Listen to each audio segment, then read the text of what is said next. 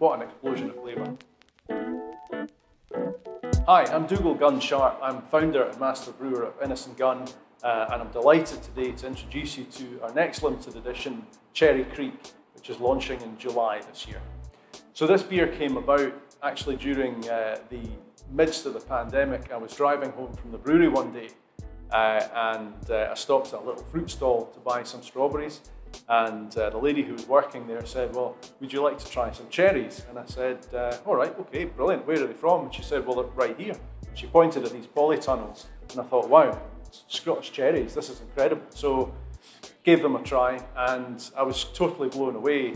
They're very sweet, these cherries, got this incredibly intense, rich flavour, as I say, lots of sweetness, and I thought, wow, I wonder what we could do in a beer with these. So I turned around to her and I said, right, I'll take 3 punnets of strawberries and 2 tons of cherries. And she just about fell off her chair. In fact, she tried to ring it through on the till, and I was like, whoa, hang on a second. I'll pick them up later, but that's really how the beer came about. And obviously, you know, if you're a beer fan, you've probably tried a Belgian beer, and obviously the Belgian beers are famous the world over, and these sort of lambic styles, cherry beers or fruit beers are very popular in Belgian brewing. So this is kind of our take on it. I just wanted to see how we could take what they do and take inspiration from that and then just move it forward and give it a sort of Scottish twist. And I think that's what we've done with Cherry Kriek in the way that we've made it and in the way it finally tastes. So as I say, I'm really excited for you to try it.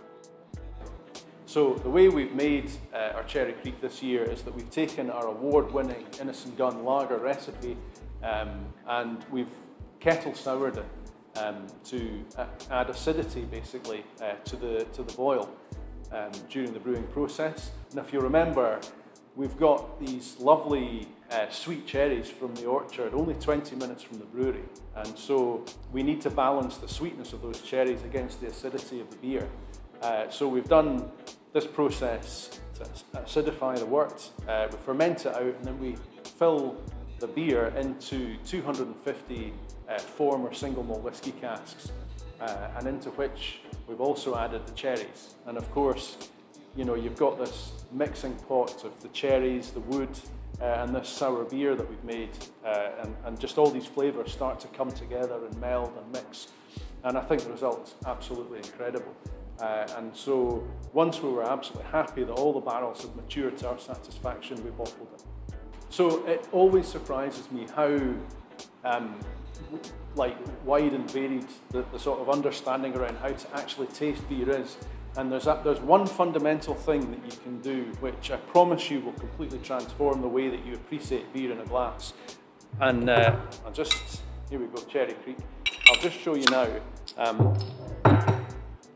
I promise you'll be blown away. So start with a nice, dry, clean glass that you've carefully washed. And first thing, pour it with a good head. If you give a nice big foamy head on the beer, like what I'm doing here, you will be rewarded tenfold in the drinking. Because what happens when you pour beer like this, although it's a bit annoying because you can't get the whole bottle in the glass, but what happens is you get all these amazing aromas and flavours that we've lovingly brewed in, rising into the gas bubbles as they rise through the beer, and they get concentrated up in the head, which you can see here, got a lovely foamy head. So when you smell that beer, you get this wonderful appreciation of all these aromas and flavours. So if there's one tip that you take away from this, is please pour your beer with a good head, because it just transforms your appreciation of what the beer tastes like in the glass. And if you don't believe me, try it, but try both. You know, try a really flat pour and a foamy pour, and nose both side by side, and you will be blown away by the difference. Anyway, once you've got a nice foamy head, give your beer a swirl. Nice glass like this always helps. If you've not got one of these, a nice wine goblet, something like that, give it a swirl, stick your nose in, and just take lots of little sniffs, and then clear your mind and let the ideas of what you're smelling pop in there. And eventually, you know, you get really good at this. Loads of things will pop in. Probably not much will start, you know, when you first do this. But as you get better at this, as you do this more, If you've got a clear mind and you take lots of small sniffs, little flavour ideas will pop in there, and trust them. You'd be surprised at how effective that is. A swirl and a sniff. And then of course the most important thing is actually to taste it.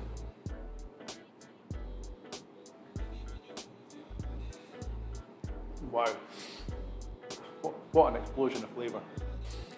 I'm loving the way that you can get that lovely signature Innis Gunn lager characteristic. It's got that nice malty character, but there's this huge sort of cherry vanilla bomb going on in the background. There's obviously the vanilla's coming from the wood we've used, but you've also got this incredible sort of rich, tart, almost almond acidity from the cherries. It actually tastes a bit like rhubarb crumble, strangely, I'm getting now. So quite amazing. And in terms of its finish, it's very long, quite malty, refreshing, lots of lovely cherry notes in there, actually very Moorish. And wow, one I can definitely recommend. In terms of how I would serve this beer, I would definitely recommend you serve it fridge cold. You want it, you know, between 1 and 6 degrees, so really nice and cold. As I say, in a nice glass like this. In terms of what it would go with, well, I mean, the ideal scenario is sitting outside on a lovely summer's day in Scotland with a bowl of these cherries from Perthshire and a nice glass of this. But of course, if it's pissing the rain, then you know you could go indoors and have this. It would go beautifully with things like a nice pork knuckle, some lovely goat's cheese, something like that. Anything, you know, the thing about matching beer and food is that you've just got to match the intensities and look for the signature notes. In this, there's acidity and sweetness, and so you look at things with similar intensity of flavour and those similar basic flavour notes, and that'll work for you. So best of luck in trying if you are going to match it with food. So that's Cherry Kriek. It's made with cherries that are grown 20 minutes from our brewery in Perthshire. If you've enjoyed listening to how we've made it and what it tastes like, you can buy it in our online shop right now, and if you do buy some, I hope you love it, and I can't wait for us to take this one forward into next year and see where we take it. Cheers!